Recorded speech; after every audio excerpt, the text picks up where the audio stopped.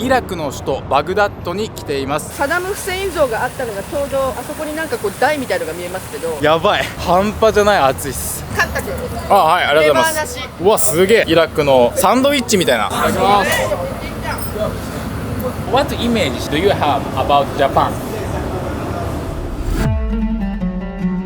イラクの首都バグダッド。かつてイラク戦争の激戦地となり、その後のアメリカ占領時代にはテロが相次いだこの街。今回はバグダッドを歩きながらイラクの今を取材します。どうも皆さんこんにちは、ハラカンタです。現在はイラクの首都バグダッドに来ています。皆さんイラクと聞いてどんなイメージを持つでしょうか。イラク戦争、イスラム国、内戦、そういったね負のイメージを持つ方も多いんじゃないかなと思いますが、イラク戦争やイスラム国の支配を乗り越えた今、イラクはどのように変わりつつあるのか、今回はですね首都バグダッドの生活について迫っていきたいと思います。イラクで20年以上活動する高藤直子さんです。高藤さん、よろしくお願いします。よろしくお願いします。今私たちがいるここはなんか広場みたいですけれども、なんていう場所でしょうか。バグダッドといえばタハリール広場、アラビア語でタハリールっていうのは自由っていう意味なんですけど、ここでもう本当にイラクの人たちがいろんな集会を開いたりデモをしたり、いろんなことがありました。イラク戦争の時とかにもこういう場所っていうのはやっぱ、そうですね、一つの私が来た時にはもうすでにそういう戦争反対のあれとかはなかったんですけど、例えば2019年の10月革命っていうのが起きたんですね。で、反政府デモなんですけど、まさにここが舞台となり、ここが人で埋め尽くされ、あちらの橋の中央で真ん中で政府軍とそのデモ隊がこう向き合うっていうような状況になったりとか、とにかくここは自由を求める人々が集まる広場です。今回首都バグダッドの生活についていろいろと見ていきたいと思いますので、よろしくお願いします。よろしくお願いします。それにしても暑いですね。暑いです。どのぐらいかな、体感32、3度ぐらいは。そうですね、太陽が体感だともっと暑いかもしれないですね。暑いですね。はい、水分取りながら、はい、適宜日陰に逃げながらそうですね、やっていこうと思いますので、よろしくお願いします。そろそろ逃げますか。そうですね。じゃあ今日はよろしくお願いします。よろしくお願いします。イラクのバグダッドは暑いですね。今ね5月に撮影してるんですけれども、5月でこの暑さ、今30、今日の最高気温35度ぐらいまでいくのかな。でしかも夏になるとね50度ぐらい気温が上がるらしいです。今までねいろんな暑い国行ってきましたけれども、ちょっとね今まで足を運んできた国とは少し違う暑さかな。すっごい乾燥していて、ドライヤーの風を浴びているかのようなね暑さがあります。湿度はないんでね、あんまり汗だらだらかくっていう感じじゃないんですけれども、はい、多分ね水分は結構ね取られるんで、水分補給しながら撮影をしていこうと思います。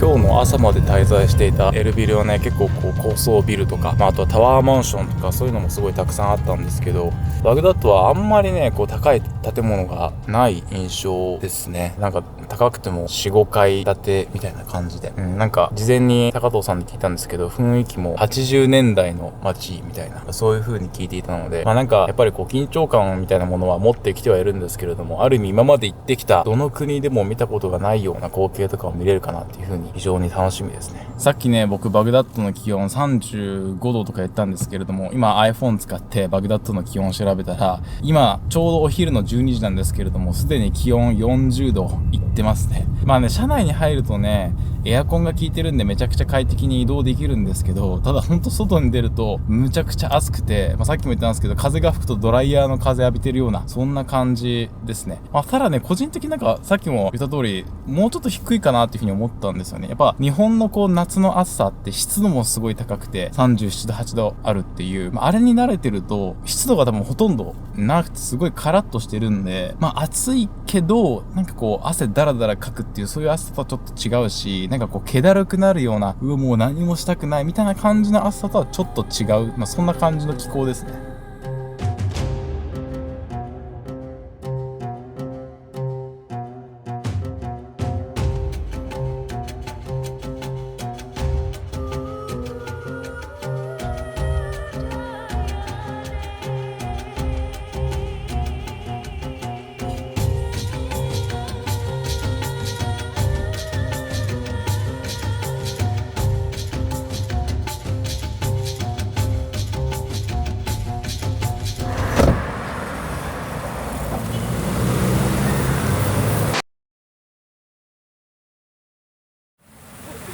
ジャッキー・シャン。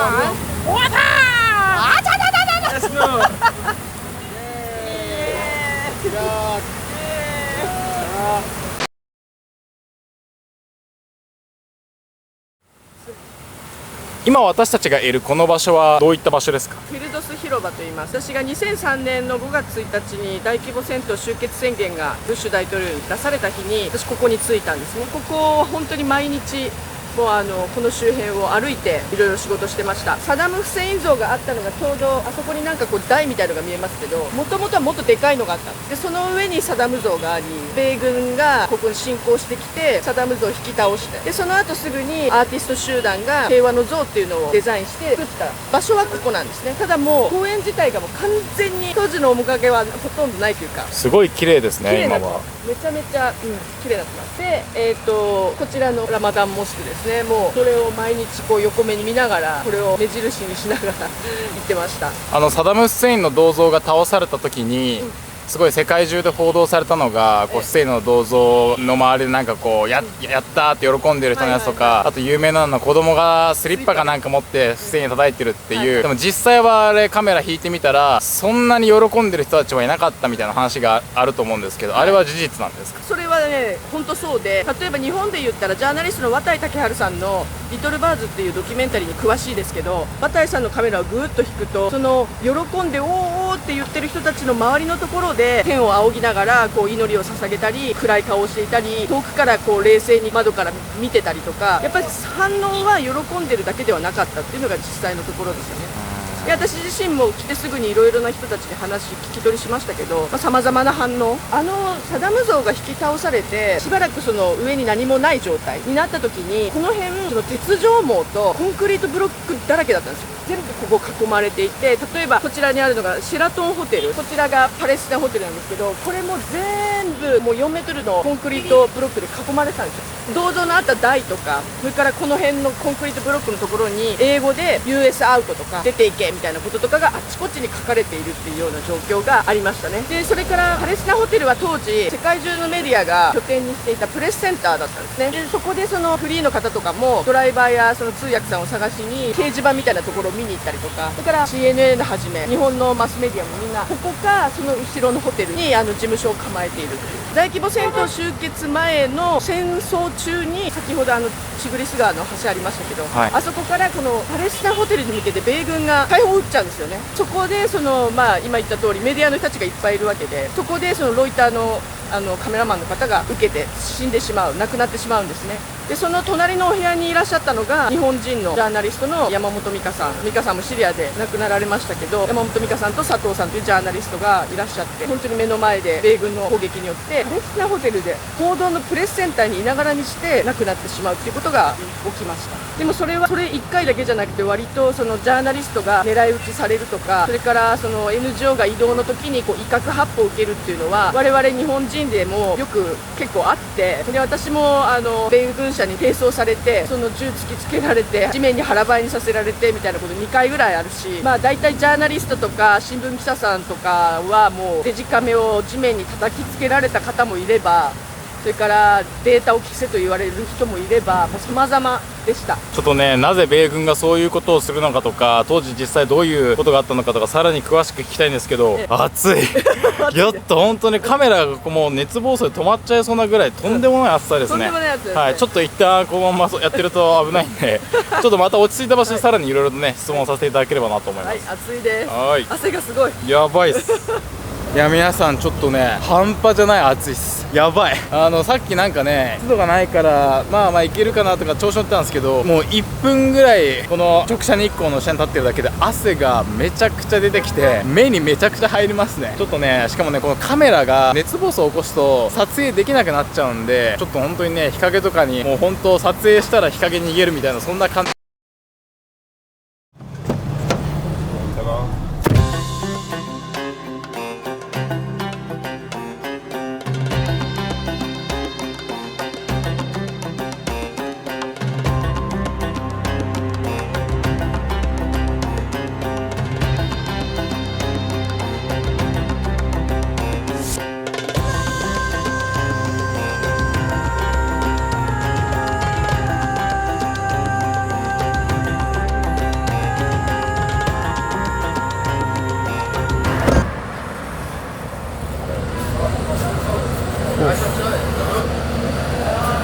Oh, assalamualaikum. Assalamualaikum.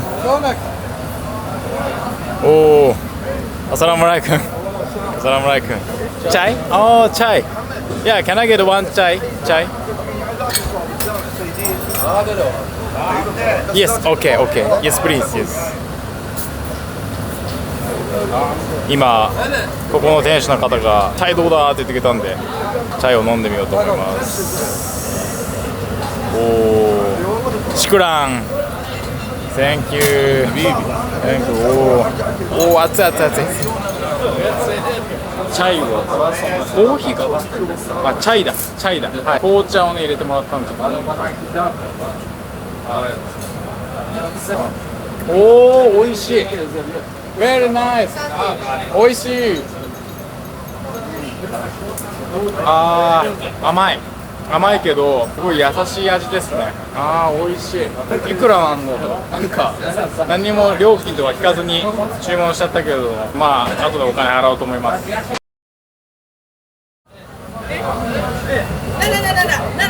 れカンタク。あ、はい、ありがとうございます。うわ、すげえ。ありがとうございます。なんかこのイラクのサンドイッチみたいな。サムサンドイッチです。ファラフェルサンドイッチ。ファラヘルサンドイッチ。ひよこ豆のコロッケが中に入ってます。ああ、これがファラヘルってやつですね。ああ、はい、コロッケ。これがレバーでしょ。で、こういうのを全部中に入れて。へえ。これがアンバーソースっていうやつが。アンバーソース。アンバーソース。はいはいはいはい。ちょっとね食べてみようと思います。今ねローカルレストランちょっとお昼ご飯でファラヘルサンドイッチってやつを注文していました。皆さんこれ見え中映るかな。はい、こんな感じでサラダもたくさん入ってるし、あとはねここには見えると思うんですけどひよこ豆のコロッケが入ってるんですよ。あとはナスとかキュウリとかトマトとかいろいろ入ってるんですけど、ちょっとこれね一口ソースの部分食べてみようと思います。いただきます。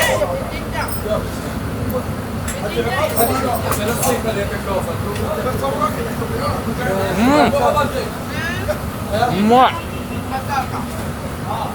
あー、美味しい。ソースはねちょっと酸味が効いているソースですね。なんだろう、果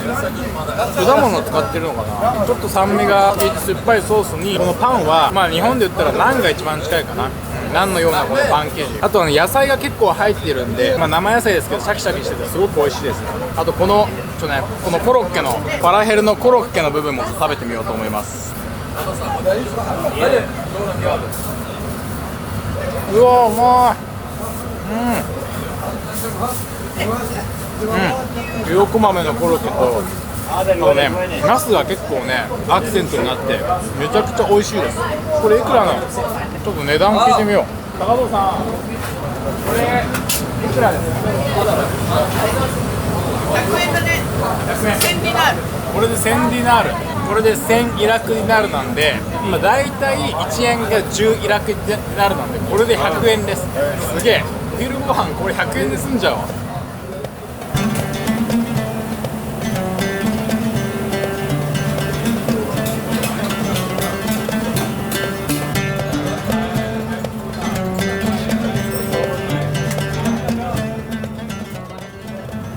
さっきねちらっと言いましたけど、これ見た目コーヒーにも見えなくないというか色が濃いじゃないですか。で最初ねコーヒーかなと思ったんですけど、これチャイって言ったら紅茶なんですよ。ここまで濃くチャイを作るのは中東でもイラクだけらしいですね。それだけこうたくさん紅茶の茶葉を使って作るらしいですね。はい。でもね、まあ、砂糖もしっかり入ってるんですけど、すごいね飲みやすいし美味しくて、チャイはやっぱりねいろんな国で飲めますけど美味しいですね。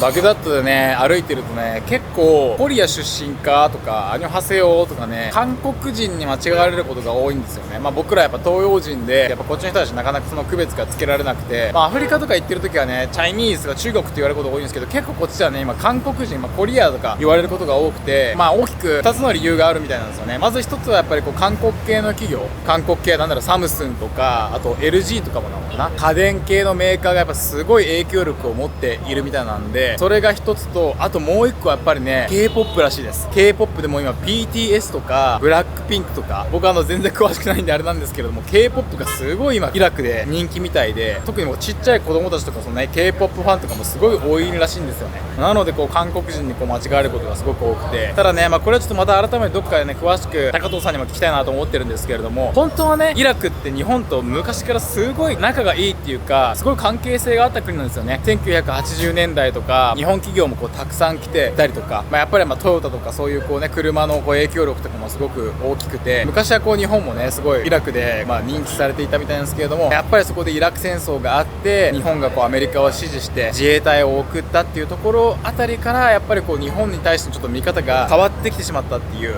日本はすごくフレンドリーで平和な国っていう風に思っていたけど、イラク戦争の時にやっぱ自衛隊を送ってきて、お前らもアメリカと一緒なのかっていう、そういう捉え方をする現地の人たちも増えてきたみたいで、今少しずつバグダッドも変わりつつあるし、詳しくレポートもしていきたいんですけど、今ね日本食のブームとかも来ているみたいなんですけれども、今はね日本よりも韓国の方がイラクではプレゼンスがあるっていう、そういう状況みたいですね。だからこそね僕が来て日本の YouTuber だっていう風に自己紹介して、ちょっとでも日本のプレゼンスをね上げられるような、そんな取材活動ができてるなっていう風には思っています。 You want to speak with English? Yes, I See speak that? English. See that? This is tractor for me. Okay. This is track for me. Thank you. You speak English very well, but Yeah, I speak English very well. how did you study English? No, I don't study. I work with many companies. Oh, okay, you worked. I can't write it now, but I hear for the hear. I learn this language. Okay. Yeah. So through your work, you learn Yeah. English. Yeah. I see. Okay. Okay. What image do you have about Japan? I don't see that. You don't see. I don't work with a Okay. company for the Japanese, with the Korean, with the Chinese, with the Turkish, with the United States. I work with them, not with the Japanese. Okay. Do you know Toyota? Yes, I hope that to going for the Japanese or see this your country. You know, if you're going, much need money to go in there. About the visa, about the. Okay, thank you so much. Nice. Shukran. Hello. Thank you.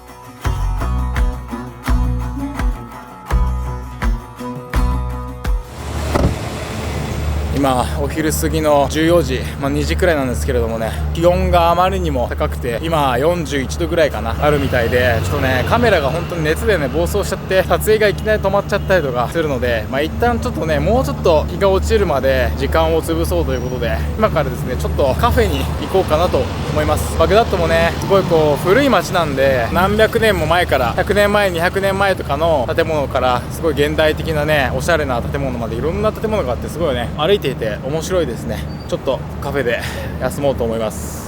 死ぬでこの暑さ。鳥ですか？いやー、確かにこの炎天下でずっとここに放置されてるのはちょっとかわいそうだな。いやー暑いな本当に。でもなんかちょっといい感じの雰囲気じゃないですか。ちょっとイタリアっぽい感じ。やっぱそうだ、ピザとか。ピザですね。すごいめっちゃ笑顔でグーって言ってくれた。なんかねやっぱねカメラ向けるとなんかね手振ってくれたり撮ってって言ってくれる人がいるので、なんかすごい撮影しやすいですね。なんかめちゃくちゃいい感じの雰囲気。サラムアライクム。うわすげえおしゃれ。すごい。涼しい。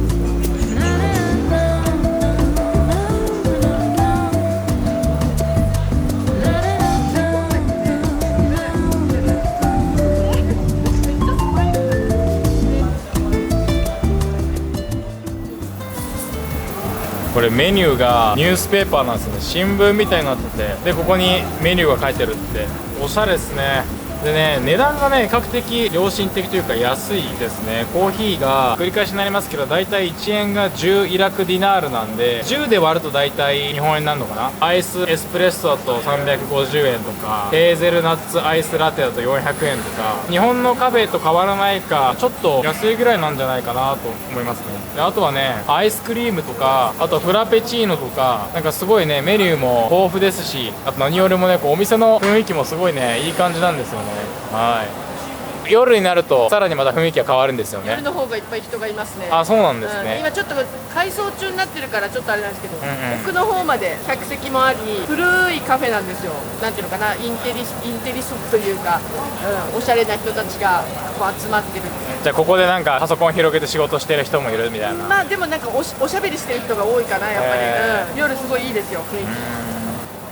今ね、店員の方がお水を持ってきてくれたんですけど、これがねイラクのお水のスタイルなんですよ。こういう小さいプラスチックのカップみたいなものに入ってくるっていう。これね、飛行機に乗った時とかね、こういうのたまに出てくることありますけど、結構いろんな場所でね、ホテルとかカフェとかいろんな場所でこのスタイルで出てくるんですよ、水が。200ml ぐらいかな、コップ1杯分ぐらいなんですけど、やっぱこれが結構ねゴミ問題になってるらしくて、再生利用とかもできないし、しかもねペットボトルだったらね 500ml とかだけど、これもう200とかなんだ、ほんとすぐ飲み終わっちゃうんで、結構これがね今イラクで深刻なプラスチックのゴミ問題を引き起こしているらしいです。これはコーヒー豆だよね。これはトルキッシュコーヒーにするパウダー状にしたコーヒー。トルココーヒー作るときにこれで作るんですね。これ知ってます？この青いの。いや、知らない。ありがとう。これはイスラムのさ、お守り。お守り。イービルアイって言って、あなたのことを守ってあげますみたいな。あそこの壁にもありますけど。イスラム教のお守り。イスラム教のお守り。ここにケーキがいっぱい置いてあるんですけど、結構美味しそうですね。なんか甘そうって感じはするけど、このチョコレートのやつとか、これなんだろうな、チーズケーキとかかな、あとはエクレアかな、ドーナツとか、あとこっちの方でもねたくさんケーキがあって、中東のスイーツとかって結構もう甘いのがすごい多いんですけど、これも結構美味しそうですね。なんか上にオレオクッキーみたいになってます。でもね、なんかここにはチョコクロワッサンかな、ちょっとね、おそらく甘いんだろうなっていう感じはするんですけど、結構見た目もねしっかり美味しそうなケーキがたくさんありますね。すごい、こんな電子で注文できるやつもありますよ。進んでるな。カフェ入った入り口のところにこういう感じのセルフで注文できるやつもあります。YouTube 意識してくれてる。アイスアメリカの。Frappuccino? はい。 Yes. フラペチーノ、すごい。Thank you、シュクラン、Thank you。すごいクリーム出ますね。バグダッドのカフェで注文したモカフラペチーノです。すごくないですか、このクリームの量。もうこんだけねすごいのが飲めるんだったらね、スタバへ行く必要ないですね。ちなみにスタバはまだ入ってきてないらしいです。いただきます。美味しい。めっちゃ美味しい。すごいコーヒーの味がすっごいしっかりしてて、美味しい。美味しい。なんかちゃんとコーヒー。しっかりコーヒーの味が効いてる。コーヒー屋なんで。美味しい。めちゃくちゃ美味しい。うまい。生き返る。皆さん、これがイラクですよ。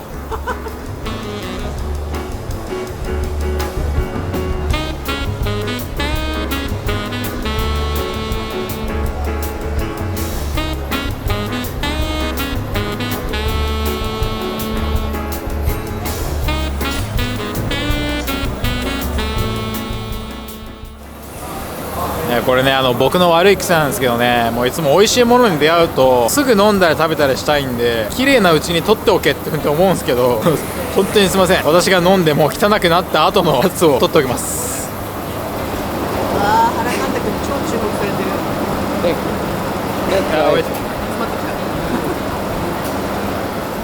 今ねコーヒー飲んでたら店員さんがスマホを持ってわざわざ出てきてくれて、ああいう YouTuber？TikToker？ って感じで、お前は YouTuber かそれとも TikToker か感じで質問してきて、 YouTuber って答えたらその場で YouTube のアプリ開いて名前入力してくれって言われて、簡単払って入力して、その場でチャンネル登録してくれましたね。いやなんかやっぱイラクの特にこうバグダッドとかの若者だと YouTuber とかインスタグラマーとか TikToker になるっていう人も増えてるみたいで、そういう仕事に憧れているっていう人もかなりこう増えてきてるみたいなんですよね。だからこっちに来る前は YouTuber とか言うと、ちょっとこう目つけられるんじゃないかなって特に政府関係者からね動画撮ってるのなんか怪しまれるんじゃないかとか思ってたんですけど、今もう逆にあえて YouTuber ってアピールしていった方がみんな近寄ってきてくれて、じゃあ俺を撮ってくれとか名前教えてくれとかみんな言ってくるんで、いやー本当にちょっとねイラク戦争とかそういうこうイメージがあったんで撮影難しいかなとか思ったんですけど、全く逆でめちゃくちゃ撮影がしやすいです。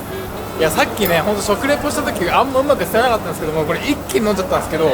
マジで美味しいです。これもう、今まで飲んだ全てのモカフラペチーノでザ・ベストワンですね。In the world The best モカフラペチーノ in the world。 ここはあれですか、やっぱ歴史が長いんですか？歴史が長い。コーヒー店の、はい、停電これイラク名物停電です。ああまあまあよくある、これもアフリカのあれってコーヒーの専門店ですか？コーヒーの味がしっかりやってる。いや本当にすっごいしっかりコーヒーの味があるけど、でもこの生クリームの甘さとかもうまくこう絡まって本当にもう絶妙なベストインザワールド The best モカ in the world ですよ。星マジで星3つマジで美味しい、本当に美味しい。皆さんこのコーヒー飲むためだけにもバグダッド来る価値がありますよ。だっ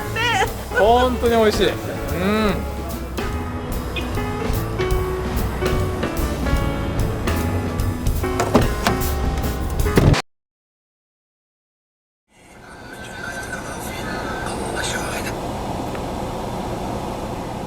今ドライバーのアフマドさんが自分の飼っている鳩をね TikTok に投稿してるみたいで、その鳩の映像を見せてくれてます。なんか全部で50羽ぐらい鳩を飼ってるみたいで、鳩がイラクの人たちにとってはなんかすごい大事な存在なのかな、ちょっとよくわかんないですけど後で高藤さんに聞いてみようと思います。すごいなんか Very beautiful でしょうって、めちゃくちゃ美しいでしょうっていう感じに鳩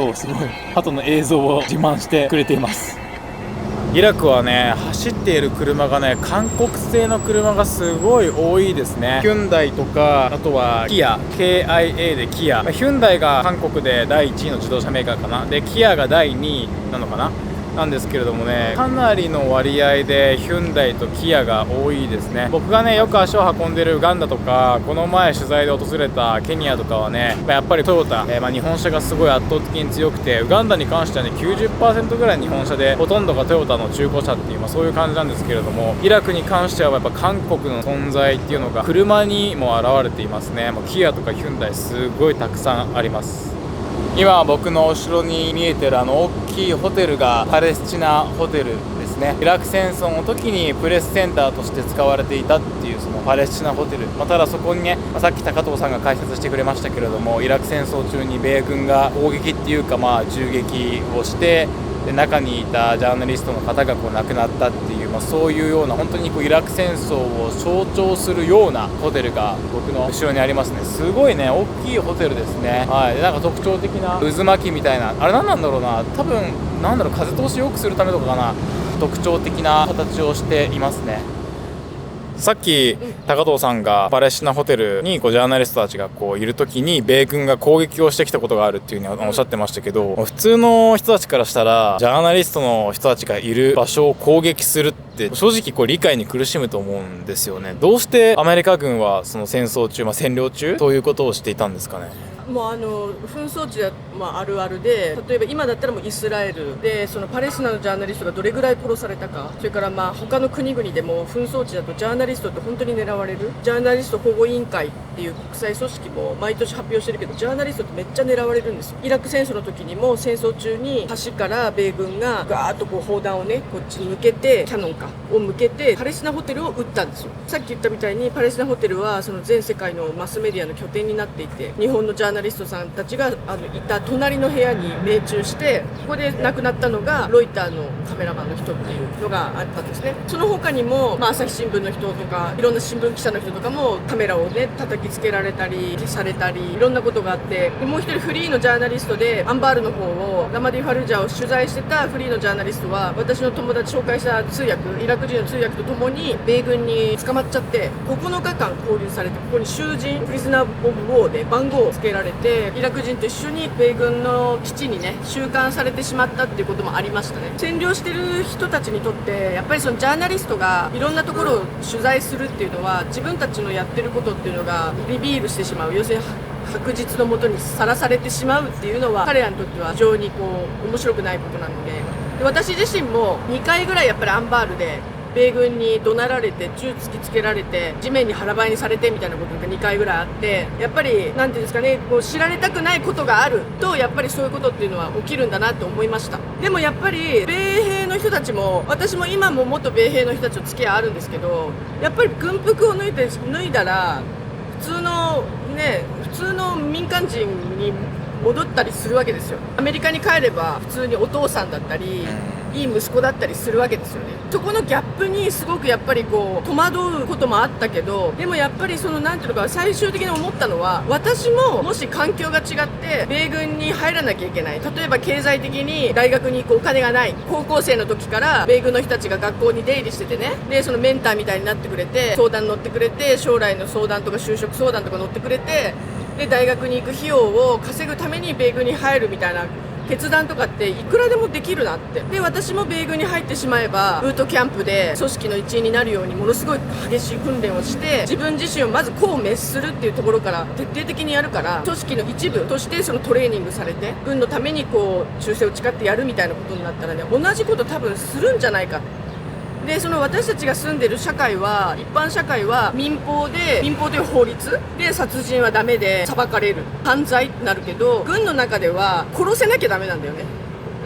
殺せるように訓練をしていく。でやっぱり銃っていうのは、その銃そのものは殺傷しないけど、それを扱う人がそれをコントロールしてやるわけじゃない。でやっぱり軍の中ではやられなければ、先に撃たなければ殺されたら撃てないから、そういう本当に真逆なんだよね。殺したくないっていうのが逆に罪になる、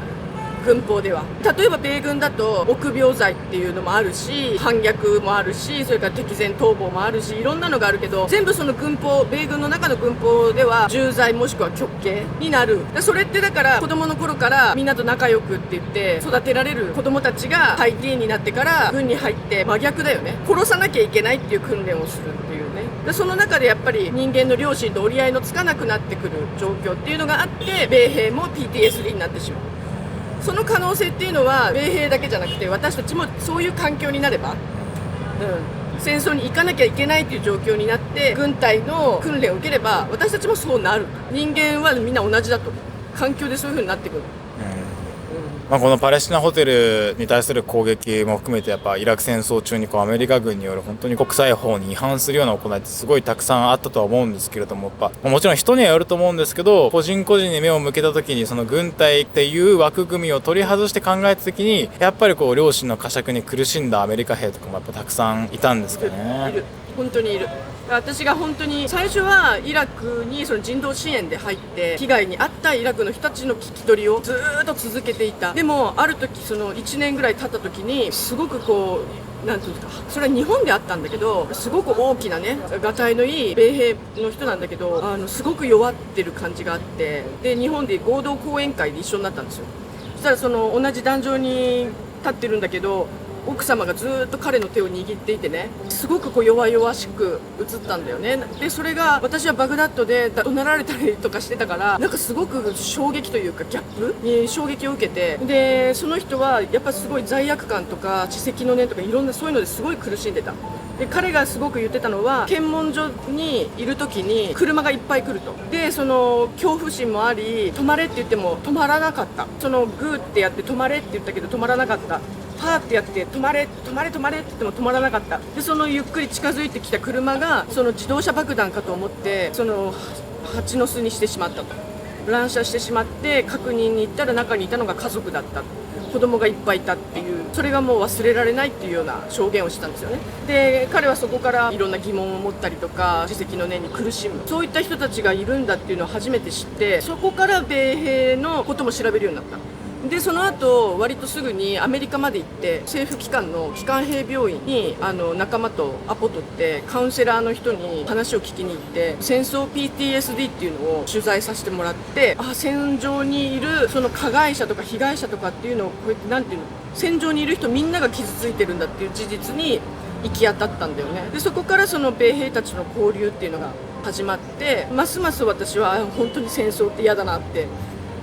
思って、その勝者が本当にいない、どっちもが激しく傷ついているっていいうその現実にこう向き合って、さらに思ったのは、自分もこういう環境に置かれた時にこういうことをしなくちゃならなくなった時に誰もがモンスターになりうるんだっていう、それを人間はみんな持ってるんだっていうところに行き着いた。残虐性、人間が持ってる残虐性っていうのは持ってない人っていないんじゃないかっていう。でそれをでも引き止めるのはそれを自覚するかどうかっていうの結構重要かなと思って、自分もそうなってしまう可能性があるんだっていうことを認識することでそれがストッパーになるみたいな、あの人は最初からモンスターっていうのはいない、いつでも人間はそういう風になってしまう可能性があるんだ、そこがやっぱり一番大きな教訓の一つかな。なんか有名な心理実験もありますよね。なんかこう実験室で実験をしているその教授かなんかに指示をされたら、普通の人もなんか電気ショックをどんどん上げていってしまったミルグラム実験だったかな。どんな人であってもその環境さえ整えばどんな残虐な行為もやってしまいかねないっていう、自分は大丈夫だと思っていてもその環境に自分が入ってしまうと人間はそうなってしまうみたいな。いやなんか本当にその話を思い出しますし、なんか結局本当にイラク戦争って何のための戦争だったんだろうってことを、本当に誰のための戦争だったんだって、誰も勝者がいなくてみんなが傷ついて、しかも大義もなくて、大量破壊兵器もなくて、そうですね。でやっぱりそのベトナム戦争もそうだけど、ベトナム帰還兵もそうだけど、大義がないと余計に兵士は苦しそう。やっぱりそこに引き止められるっていうか、その絶望の淵から引き上げてくれる大義さえもないってことになると本当にやっぱり辛いというか、それをすごく感じた。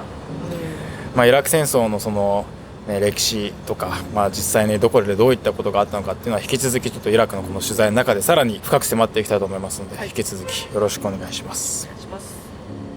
イラク戦争で深く傷ついた首都バグダッド。次回の動画では戦時中にバグダッドで暮らしていた現地の方へのインタビューに加え、ボリュームたっぷりのイラク料理も取材し、さらに深くイラクの今に迫っていきます。まだまだ続くイラク取材、チャンネル登録がまだお済みでない方、次回以降の動画も見逃さないように、ぜひこの機会にチャンネル登録よろしくお願いいたします。海外で活躍する日本人や大手のメディアでは知れない世界の実情をもっと知りたいという方、ハラカンタの YouTube 活動を応援していただけないでしょうか。ハラカンタの海外取材はハラカンタを応援するサポーターズクラブの皆様のご支援によって成り立っています。もしハラカンタの活動を支えてくださる方がいらっしゃいましたら、ご無理のない範囲で構いません。マンスリーサポーターになっていただけないでしょうか。一口1000円からご加入いただけます。少しでも興味のある方、概要欄のリンクからサポーターズクラブのホームページをご覧ください。ということで今回も最後までご視聴くださりありがとうございました。また次回の動画でお会いしましょう。